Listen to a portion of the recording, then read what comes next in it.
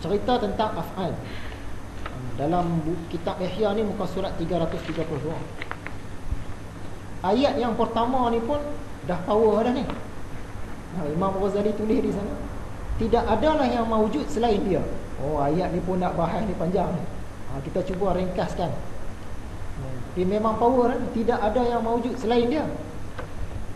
Yang lain itu ada dengan perbuatannya yang melimpah dari keadilannya, dengan bentuk yang sebaik-baiknya, sesempurna-sesempurnanya dan seadil-adilnya.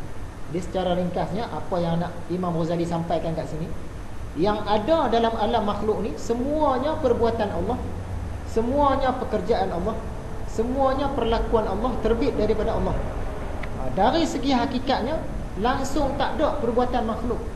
Apa yang berlaku pun semua kerja Tuhan. Nanti kita tengok huraian di belakang. Kipas angin berpusing, kerja Tuhan. Orang mai tumbuk muka kita, kerja Tuhan. Kereta berlenggak sama dengan motor, kerja Tuhan. Semua kerja Tuhan, bukan kerja makhluk langsung. Dari segi hakikat. Yang kedua, dia nak bagi tahu semua pekerjaan Allah adalah adil, terbaik, sempurna, terancang, bijaksana. Walaupun kita tengok apalah orang Israel ni dia bunuh orang Palestin, pekerjaan Tuhan tu zalim Tuhan, tak kena. Apa pekerjaan Tuhan, baik buruk ke baik ke, semua adil. Nanti kita hurai di belakang. Semua terbaik, semua sempurna, semua terancang, semua bijaksana. Kata Imam Ghazali lagi, dia maha bijaksana dalam segala perbuatannya, maha adil dalam segala hukumnya. Walaupun segala perbuatan dalam dunia ni semua dia buat, baik ke buruk ke, semua dari segi hakikatnya pekerjaan Allah. Tapi dia bijaksana. Tak tercapai akal kita nak faham. Nak guna akal kita nak kata Tuhan ni tak patut lah. Ada orang Palestin duk kena bunuh tiap-tiap hari dengan orang Israel. Zalim Tuhan. Tak boleh. Tak tercapai akal kita nak faham kerja Tuhan ni.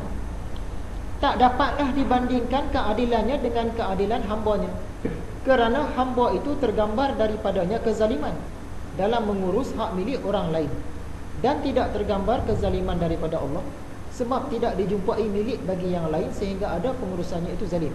Ringkas cakap macam ni lah. Kita pergi ketuk kepala orang, zalim lah. Kita ketuk kepala orang, zalim.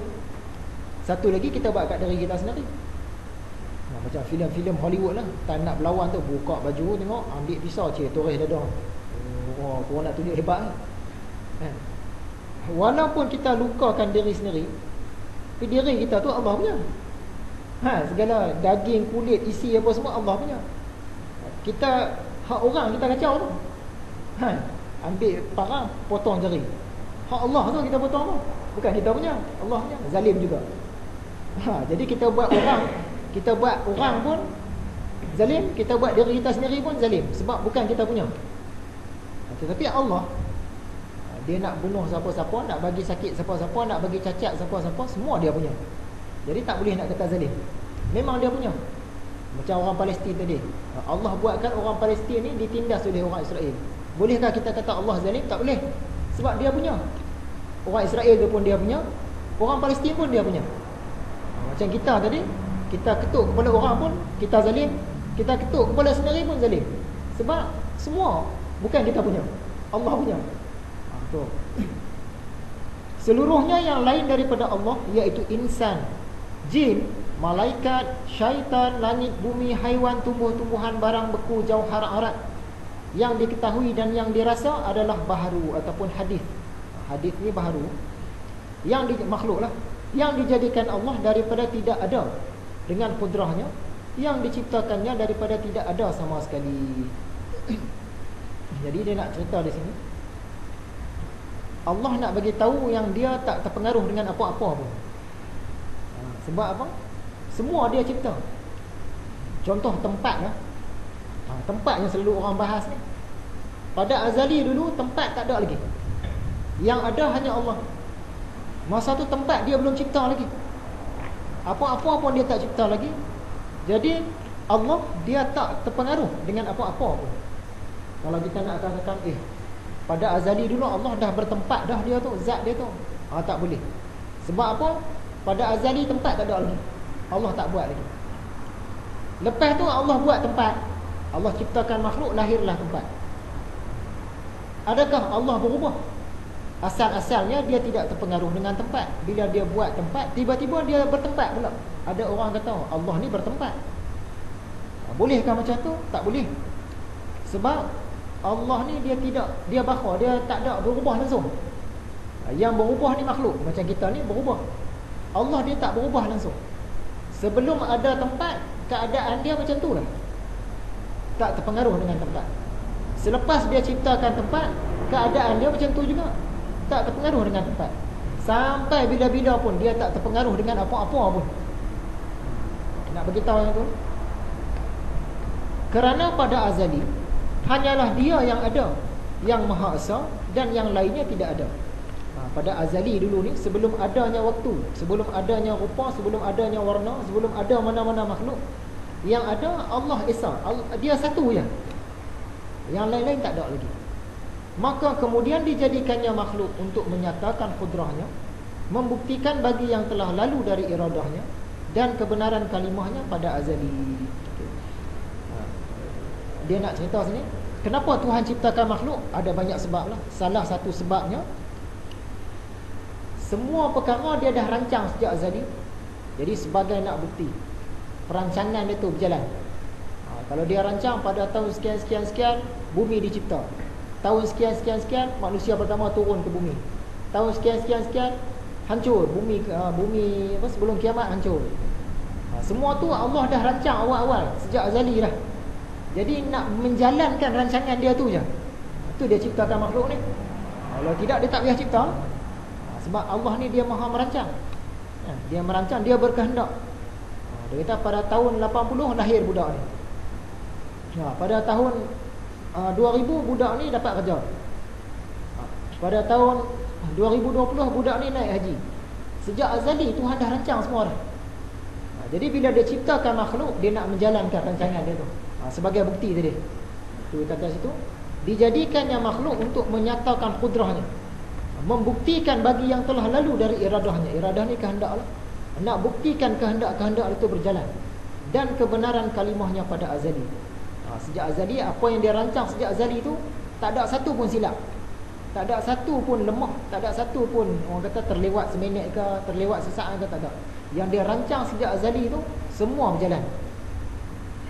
Ni nak menunjukkan kesempurnaan segala perancangan dia. Sebab tu dia ciptakan makhluk. Salah satu sebab. Bukan kerana dia perlukan makhluk.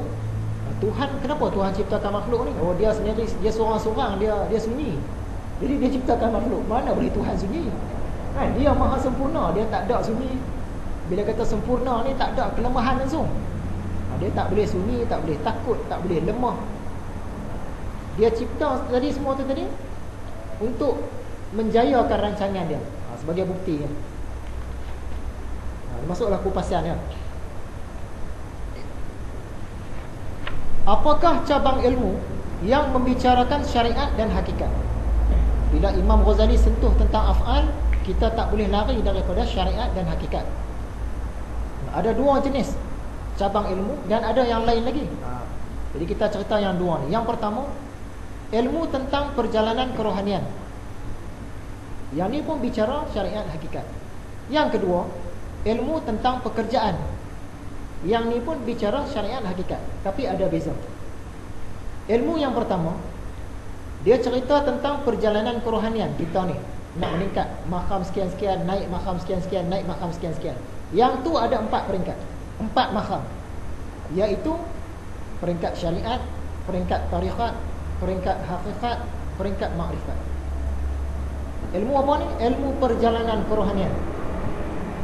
Yang kita nak bincang ni ilmu yang kedua, ilmu tentang pekerjaan, perlakuan, perbuatan.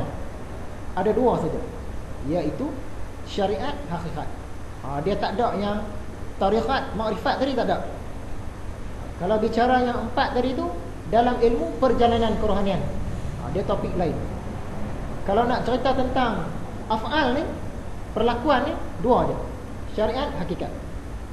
Cabang ilmu yang bakal kita bicarakan dalam tajuk af'al ni jenis yang kedua, iaitu tentang perlakuan, pekerjaan, perbuatan. Jadi kita akan bicarakan syariat, hakikat saja. Dua tu. Apakah itu syariat dan hakikat? Syariat ni kita melihat semua yang berlaku dari sudut pandangan pekerjaan makhluk. Yang baik atau yang buruk, semuanya makhluk yang buat. Hakikat apa pula? Kita melihat semua yang berlaku dari sudut pandang pekerjaan Tuhan. Dari segi syariat tadi kita nampak perbuatan makhluk. Kita hanya berpusing. Kenapa pusing? Perbuatan makhluk, elektrik bagi pusing. Syariat. Dari segi hakikat pula kita tengok pekerjaan Allah, pekerjaan makhluk dah fana, dah binasa dah, pupuk dah habis musnah. Kenapa kita hanya pusing? Allah yang pusing. Tu dari segi hakikat. Bila kita sembang syariat, kita sembang dari sudut pandangan makhluk punya kerja. Bila kita sembang hakikat, kita sembang dari sudut pandangan Tuhan punya kerja. Ambil contoh, nak bagi faham, bagi banyak contoh.